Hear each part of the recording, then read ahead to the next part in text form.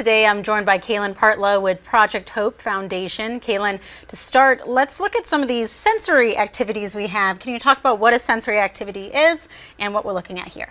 Yeah, so a sensory activity is anything that engages someone's senses from sight to touch to hearing. It can be educational, they can facilitate social interaction as well as language, and they're just really fun. Here is cloud dough. This is hot chocolate themed, and if you want, you can put some of those marshmallows in there.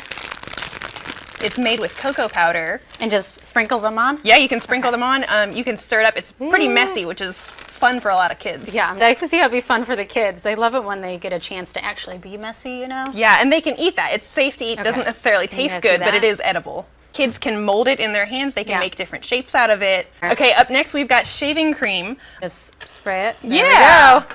Cool. Again, it's messy, but you can use your fingers to kind of smooth it over and then write letters of the alphabet. You could spell words, you could write names, draw shapes. We've got our Arctic animals, and really they go with the sensory snow. You can purchase it at most major retailers. What is it that people buy? Like, what do you look for? It comes in a kit, so it's a National Geographic thing. You make powder and you just mix it with water and it turns into this fluffy snow. You can put the animals in there, and you could even use your sense of touch instead of sight. Okay. So if you wanted to close your eyes and try to identify an animal based on how it feels rather than how it looks, it can be a fun activity. Okay, so I could touch this, and then by the horns, I could say it's a moose. That's right. These are Winter Wonderland sensory water bottles, which is kind of a mouthful. Okay. But if you shake it up and hold it to the light, you can see all the sparkles. This one is actually for you. It's got the glue and the water in, and then you can add the sparkles and the gemstones. Okay, so I just pour it in? As much as you want. I took a pinch, but you can pour it in too. I think all of these make a mess. Right, so yeah, that's kind of the point. To make a mess. This looks like fun. Okay, and then you just shake it up? Yep. Put the lid on really tight and then shake it up. Yeah, make sure that's tight so I don't get it all over me. Okay. And yeah, it looks like a little Christmas wonderland. Yeah.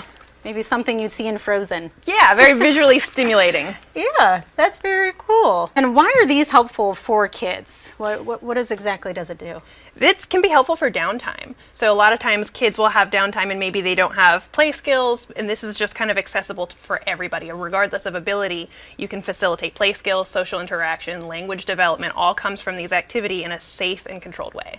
And it's the senses. That's the whole idea of this. Right. You're feeling, you're touching, you're seeing. It's a good way to break away from screens too, because a lot of our kids love to play on screens and those are fun. But when it's time to take a break from screens, especially over the holidays when we've got so much time at home, this is a great activity to do that's going to be a lot of fun.